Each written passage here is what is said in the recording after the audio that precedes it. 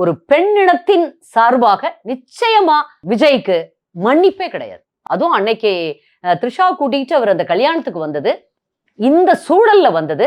ஒருவேளை அவருடைய மனைவி சங்கீதாவுக்கு எரிச்சல் ஊட்டுவதற்காக, இன்னும் அந்த பெண்ணுடைய மனதை நோகடிப்பதற்காக அவங்க அதை பண்ணியிருக்கலாம். இல்ல அகங்காரம்.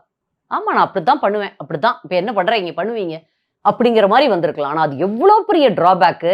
முதல்ல பெற்றவர்களை பார்த்துக்கணும். ஒரு ஆணுடைய கடமை என்ன?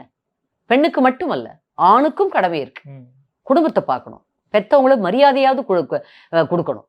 பணம் இல்லாதவங்களுக்கு பணம் எல்லா உதவியும் பண்ணணும். கூட வச்சு பார்த்துக்க முடியலனாலும் பக்கத்துலயாவது வச்சு எல்லாம் பார்க்கணும்.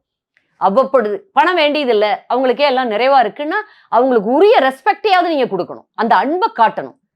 பெற்ற குழந்தைகளை நிச்சயமா பார்க்கணும் கடைசி வரைக்கும். உங்க ஆயுள் உள்ள வரைக்கும் இதெல்லாம் செய்யணும்.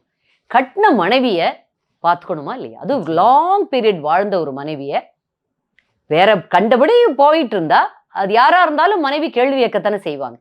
உங்களுக்கு ரைட் இருக்கு. வேண்டான்னு சொன்னா அவங்கள நீங்க டிவோர்ஸ் பண்றதுக்கு ரைட் இருக்கு. அதைத்தான் இப்ப எல்லாரும் பேசுறாங்க.